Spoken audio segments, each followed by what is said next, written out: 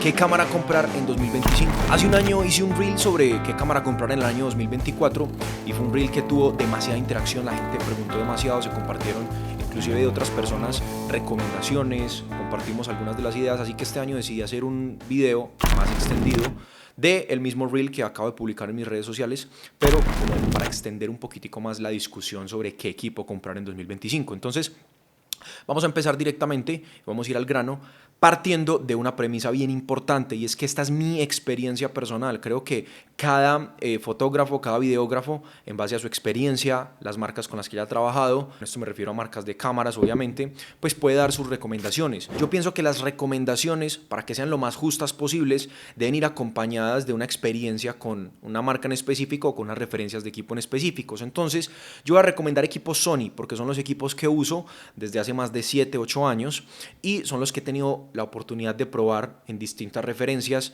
en distintos avances. Entonces me parece un poco irresponsable invitar a la gente a que gaste su dinero, que los equipos fotográficos y de video no son para nada baratos. Entonces creo que en este caso, para yo hacerlo lo más justo posible en base a mi experiencia, pues tengo que recomendar los equipos que uso y la marca con la que he estado trabajando durante estos años. Adicional a eso, pues voy a dividir las recomendaciones en distintas categorías. Pueden ser principiantes o equipos que pueden servir para entusiastas, también para gente que ya tiene experiencia pero que requieren pues algo de un presupuesto menor. Las otras recomendaciones son para fotógrafos, personas especializadas directamente en fotografía que no trabajan mucho con video, y también vamos a hacer recomendaciones para específicamente gente que se dedique al video. Y por último, pues vamos a hacer recomendaciones híbridas, es decir, personas que se dedican a fotografía y a video. Yo, por ejemplo, soy una de esas personas que me dedico a las dos, hago tanto fotografía como video, casi que de manera muy equilibrada. Entonces, nada, vamos a ver. Bueno, si estás iniciando en la fotografía, yo realmente te recomiendo la línea APS-C de Sony, porque me parece que son equipos muy asequibles económicamente. Fuera de eso, son equipos híbridos. Muchas veces cuando estamos iniciando no tenemos claro si nos vamos a dedicar 100% a la fotografía, 100% al video o a ambos. Entonces creo que un equipo híbrido va a ser la mejor opción. Pasó algo en el último semestre del 2024 y es que salió una nueva cámara, la ZV-E10 Mark II. Esta cámara muy potente, creo que sobresale un poco más sobre las predecesoras, ¿ok? O sea, sobre la 6400, la extinta 6300, que por ejemplo yo la tengo acá, fue mi primera cámara con la que inicié y a la que le debo muchísimas cosas. Y creo que también se equipara muy bien con la 6700, tienen características un poco similares, cambian y varían un poco, pero yo definitivamente este año, si fuera a empezar por la línea APS-C de Sony, me iría por la ZV-E10 Mark II. Con respecto a la comparación de la ZV-E10 Mark II versus a la 6400, dice similar en resolución de imagen, igual tamaño de sensor, grabación en UHD 4K, grabación de sonido estéreo, tienen el tema del ISO mínimo y máximo como muy similar, son muy similares, ¿cierto? Pero principalmente la ZV-E10 Mark II, algo que me parece súper importante es que graba a 10 bits. Creo que es importante tener la tecnología de 10 bits sí o sí sobre cualquier equipo que se vaya a comprar en este 2025, y es porque esa profundidad es como lo que se está volviendo el estándar en la industria y que te va a permitir también colorizar muy bien a profundidad pues en futuros proyectos. Por ese motivo, por ejemplo, es que no recomendaría la 6400 puntualmente para iniciar, y es porque tiene las mismas características de la ZV-E10 en su mayoría, pero realmente ese 10 bits creo que hace la diferencia y puede perpetuar un poquitico la vida útil del equipo. Yo realmente pienso que de aquí a unos 5 años una cámara de 10 bits todavía va a seguir siendo bien útil. Entonces creo que para la línea APS-C me iría con la ZV-E10 Mark II. Sin embargo, creo que hay un punto intermedio con la 6700, la Sony Alpha 6700, porque también es una cámara que graba 10 bits, tiene algunas características un poco mejores, pero puntualmente por el precio yo me saltaría ya a otro tipo de categoría de cámara. Yo en lo personal prefiero digamos que las cámaras full frame a las APS-C, es un gusto personal. Entonces, yo me iría y empezaría con la línea APS-C de Sony, con la ZV-E10 Mark II este año 2025. Un punto intermedio sería la Sony Alpha 6700. Siempre hago la siguiente recomendación, y es que cuando tenemos cámaras APS-C, yo es lo que yo hice y lo que les recomiendo a ustedes, comprar lentes full frame desde el inicio, y al momento de hacer un cambio de sensor pues no tendremos ningún problema. O si tenemos ambos, trabajamos con ambos sistemas, APS-C y full frame, pues los lentes nos sirven para todos. Caso contrario de que si tenemos solamente lentes APS-C y lo vamos a utilizar a una cámara full frame, pues tendríamos que hacer un recorte que se puede activar desde la cámara, pero obviamente pues no sería lo ideal. Si nos enfocamos en fotografía, tenemos que hablar sí o sí de la línea R de Sony, y esta línea, puntualmente la R, viene por resolución. Entonces todas las referencias de Sony que encontremos como A7R pues, o A7CR, por ejemplo, pues están enfocadas en resolución en fotografía. No quiere decir que no graben buen video, graban muy buen video, pero pues sus habilidades o sus capacidades están más enfocadas en la fotografía. Y pues realmente del año pasado a este año tenemos como unas referencias muy similares. Digamos que la Sony A7R4 sigue estando vigente, es una cámara muy potente que tiene 61 megapíxeles, pero la A7CR y la A7R5, pues en comparación a la A7R4, tienen un mejor procesamiento de imagen, un enfoque automático más potente, que en fotografía esto es esencial, especialmente en fotografía deportiva, fotografía de animales, y una muy buena estabilización. Esto también es importante para cuando estamos obviamente utilizando lentes teleobjetivos. La estabilización termina siendo súper importante. Yo diría que la A7R4 sigue siendo una opción muy viable. Creo que la A7CR es una categoría muy importante porque es una cámara más compacta, un poco más pequeña, con las capacidades casi iguales que la A7R5 y por un precio menor. Entonces, en particular a mí me gusta más la A7CR en la relación costo-beneficio, teniendo capacidades muy similares a la A7R5, que es la punta de gama pues en este tipo de cámaras. Pero creo que en fotografía me iría con estas referencias, y la elegida para mí sería la A7CR sin ningún tipo de duda. Es la cámara que compraría yo en este 2025 para fotos. Entramos a la siguiente línea, y es la línea de video. Acá hay que hablar de 3 cámaras en particular, quizás una cuarta, pero la primera va a ser la Sony A7S3, que sigue estando excelentemente bien. Es una cámara muy potente en un cuerpo como de una A7 IV, pero con las capacidades de video pues impresionantes. Toda la línea S de Sony está enfocada en video. Esa S nos quiere decir sensibilidad. Entonces son cámaras muchísimo más sensibles y que le podemos estallar el ISO en tomas de poca luz. Entonces estas cámaras tienen, por ejemplo, la Sony A7S3 tiene ISO dual.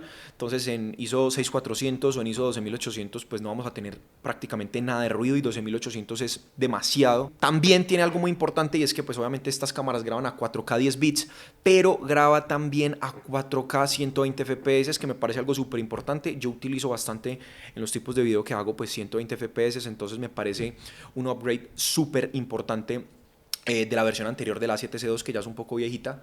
Pero bueno, también ha habido como ciertos rumores de que va a haber quizás una actualización de esta referencia, que va a salir una posible A7S4. Hay varios rumores por ahí, pero todavía no hay nada confirmado. Entonces por el momento sigue siendo una cámara súper buena, pero no nos va a entregar unas fotos de una resolución súper amplia comparada con la línea R de Sony. Entonces creo que es importante tener presente esto, de que si vamos a comprar esta cámara es porque estamos enfocados más en video. Podemos sacar fotos, van a ser unas fotos muy buenas para redes sociales, funcionarían muy bien, pero pues no vamos a obtener como una resolución totalmente excesiva al momento pues de trabajar en fotografía. También tenemos que hablar obviamente de la FX3, que es la cámara con la que estoy grabando en este momento este video. Este cuerpo de esta cámara es sumamente pequeño y es una cámara full frame, tiene el mismo sensor de la A7S3, capacidades de video súper impresionantes como la A7S3, es el mismo sensor realmente, y tiene unos controles dedicados 100% a video. Entonces tenemos controles del balance de blancos, de diafragma, de ISO, están directamente acá, unos controles muy rápidos. Además de eso, esta cámara viene con un adaptador, como una interfaz de audio para puertos XLR de audio, que por ejemplo es el que estoy usando yo en este momento con este micrófono. Muy bueno, o sea, es una interfaz ya incluida que nos permite conectar pues este tipo de micrófonos. Es una cámara demasiado buena. De hecho, la película The Creator es una película que fue grabada en su totalidad con la FX3. Obviamente con el montaje de cine y un presupuesto impresionante, cualquier cámara podría lograr cosas muy importantes, pero creo que delegarle la responsabilidad a este tipo de cámaras pues nos deja mucho que decir de la capacidad de la FX3. Yo en particular, esta cámara La recomiendo demasiado, me encanta, es mi cámara favorita, no me arrepiento ni un segundo de tenerla. Obviamente es un poco más costosa, pero creo que vale la pena. Creo que vale la pena si nos dedicamos 100% a video. Vamos a ver un upgrade súper interesante en el video que hagamos.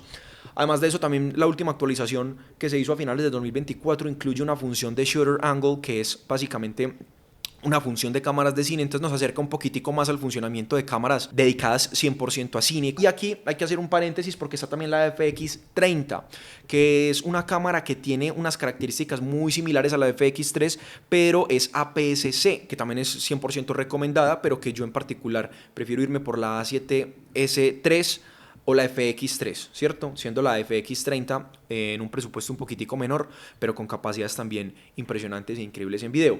Y un último paréntesis aquí sería para la ZV-E1, que es una cámara que comparte el mismo sensor de la FX3, también trabaja con ISO dual, es mucho más económica y realmente tiene las capacidades casi que esta misma cámara con algunas funcionalidades pues reducidas. Entonces creo que también en presupuestos podríamos irnos con FX30, ZV-E1, A7S3 y FX3. Pero en todos los escenarios tendríamos una cámara sumamente capaz, siendo, como les digo, la S3 y la FX3 pues mis favoritas.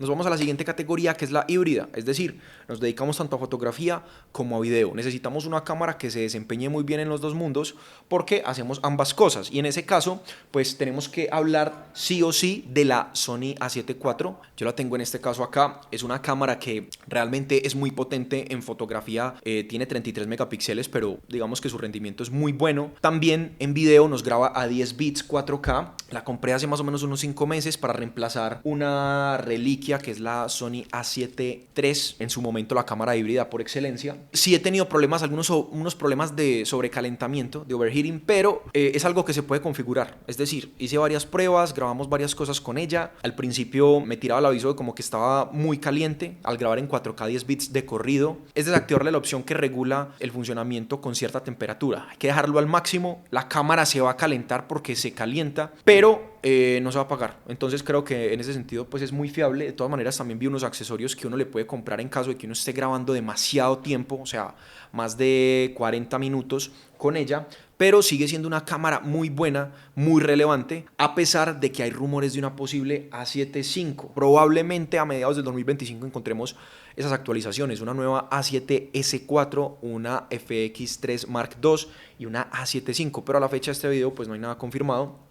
Entonces nos vamos con esto. También en el 2023 tuvimos el lanzamiento de la Sony A7C2, que básicamente es una versión muchísimo más compacta de la A7 IV. Es muy similar realmente, es demasiado similar. Indudablemente para mí sería una opción muy competitiva si no vamos a generar grabaciones demasiado extendidas. También graba 10 bits 4K, entonces creo que es una cámara demasiado competitiva por un precio mucho menor. Creo que cualquiera de las dos es una opción híbrida demasiado buena, demasiado potente. Entonces esas son mis recomendaciones, mi experiencia trabajando con Sony.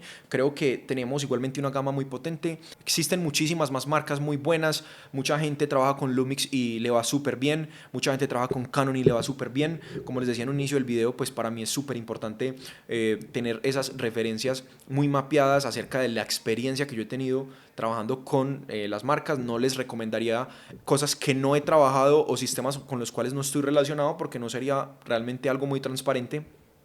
Creo que se puede hacer un video como muy investigativo, pero a la final yo prefiero dar mi experiencia y mi punto de vista con la marca que trabajo, que es Sony, desde hace pues mucho tiempo. Entonces, nada chicos, si tienen algún tipo de dudas, si tienen algún tipo de recomendaciones también, déjenlo en los comentarios, que vamos a estar muy pendiente ahí respondiendo cualquier cosita, interactuando, compartiendo información.